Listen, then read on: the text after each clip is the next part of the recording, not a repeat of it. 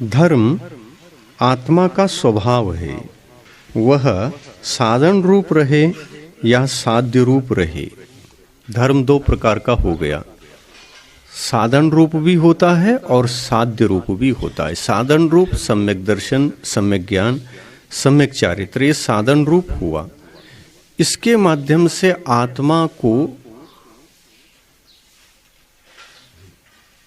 शुद्ध करने पर, उस आत्मा को स्वभाव में ले आने पर, आत्मा की जो शुद्ध दशा है उसी को धर्म कहते हैं।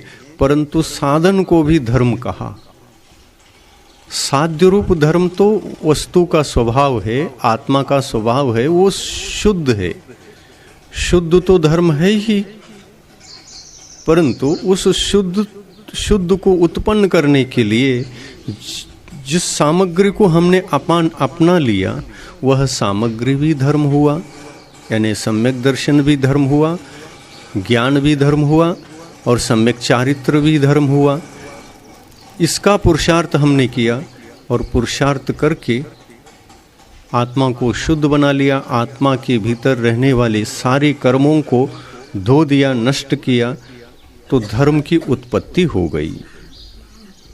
इन दोनों का साधन परमेष्टि होते हैं। दोनों का साधन, दोनों का आधार परमेष्टि होते हैं। यानी साधन रूप धर्म का आधार भी परमेष्टि है और साध्य रूप धर्म की उत्पत्ति का आधार भी परमेष्टि है। धर्म कहाँ है ये पूछा जाए तो यही कहना पड़ेगा, परमेष्टियों के पास ही धर्म होता है।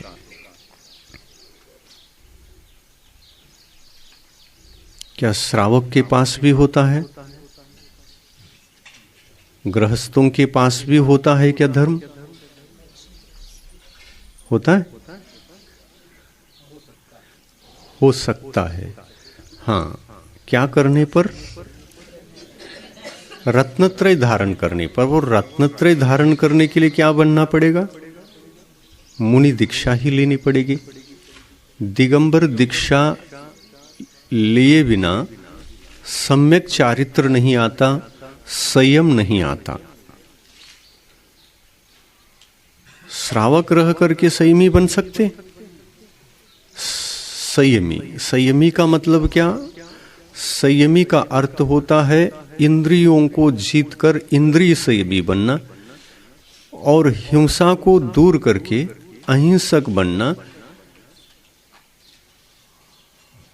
प्राणियों की रक्षा करना, जीवों की रक्षा करना, अपने जीवन के समस्त हिंसा को दूर कर देना।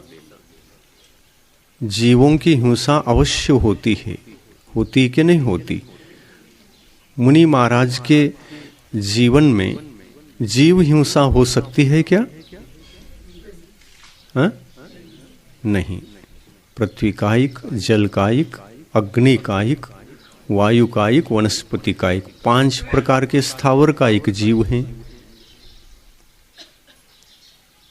इनकी हिंसा मुनि महाराज नहीं करते। जीवन पर्यंत के लिए उस हिंसा का त्यागी हैं। इस हिंसा का वे त्यागी होते हैं। उनके माध्यम से 5 स्थावर कायिक जीवों की हिंसा भी नहीं होती। और त्रस्कायिक जीव कितने प्रकार के होते? 24 ठाना में आया था ना। त्रस्कायिक जीव कितने प्रकार के हैं? 2 इंद्रिय जीव, 3 इंद्रिय जीव, 4 इंद्रिय जीव और 5 इंद्रिय वाले जीव, ये त्रस्कायिक कहलाते हैं। 2 इंद्रिय से लेकर 5 इंद्रिय तक के जीवों को त्रस्कायिक जीव और 1 इंद्रिय जीवों को स्थावर कायिक जीव कहते हैं। ये 6 कायिक जीव हैं। इनकी रक्षा कर किए बिना संयमी नहीं कहला सकते अपन। और रक्षा कौन कर सकता है? मुनि महाराज ही कर सकते हैं। इसलिए श्रावक के जीवन में संयम प्रकट होना संभव नहीं। श्रावक रहते रहते, यदि श्रावक मुनि बन गए तो संयम प्रकट हो सकता है, पर श्रावक रहते रहते श्रावक अवस्था में ही पूर्ण संयम प्रकट हो जाए, ये कभी संभव नहीं। क्या संभव है? नहीं है। आप जल का उपयोग करते हैं, जल से स्नान करते हैं, जल से कपड़े धोते हैं, जल को गर्म करते हैं, जल से भोजन बनाते हैं। जल का प्रयोग बहुत जगह होता है श्रावक दशा में। क्या जल का एक जीव को मुनि की तरह श्रावक जल का एक जीवों को बचा सकता है? नहीं बचा सकता। अग्नि को बचा सकता है? नहीं बचा सकता है। अग्नि भी जलानी पड़ती है। अभी 6:45 बजेगा तो अग्नि को जलाने के लिए ही जाने वाले हैं।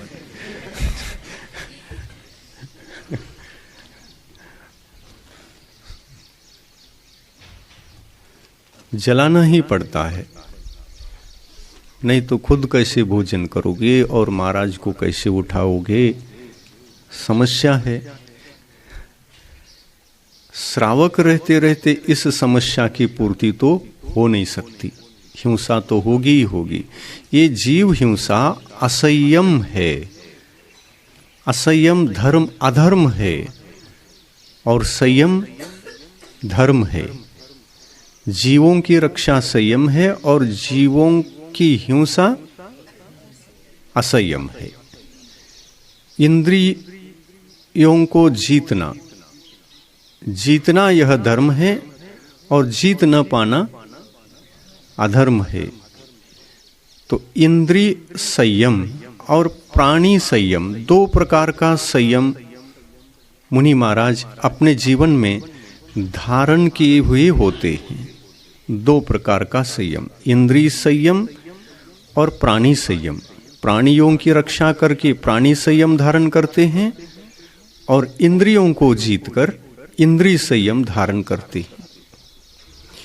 यह संयम धर्म है और इसको चाहे संयम कहो चाहे चारित्र कहो, एक ही बात है। संयम भी कह सकते हैं और चारित्र भी कह सकते हैं, एक ही बात है। इसी संयम को धारण करने पर जीवन में पूज्यता आती है। पूज्यता जैन धर्म के अनुसार पूज्य हम किसको समझते हैं? 5 परमेष्टियों को या 5 परमेष्टियों को छोड़कर अन्य जीवों को भी पूज्य समझते हैं।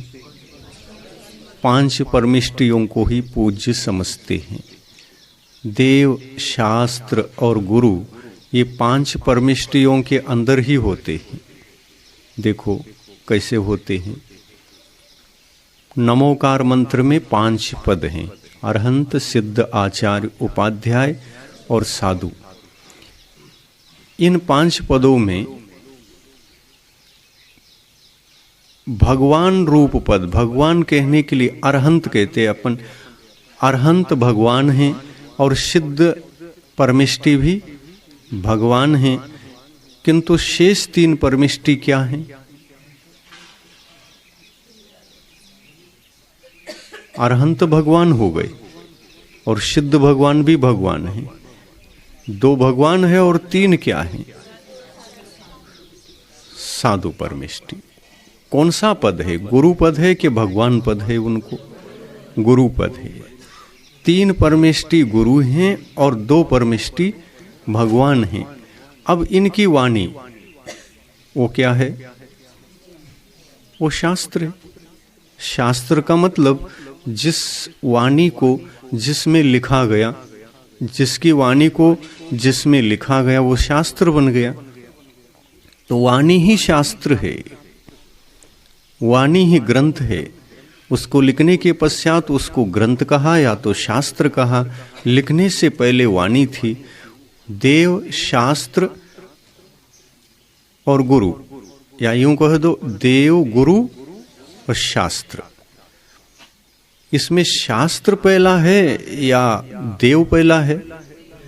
देव पहला। देव के बिना शास्त्र की उत्पत्ति नहीं होती। देव हो तभी उपदेश होगा, और उपदेश होने के बाद शास्त्र बनेगा। इसलिए पहले देव हैं, फिर शास्त्र है, और इसके उपरांत फिर गुरु हैं। गुरु की उत्पत्ति बाद में। भगवान पहले थे,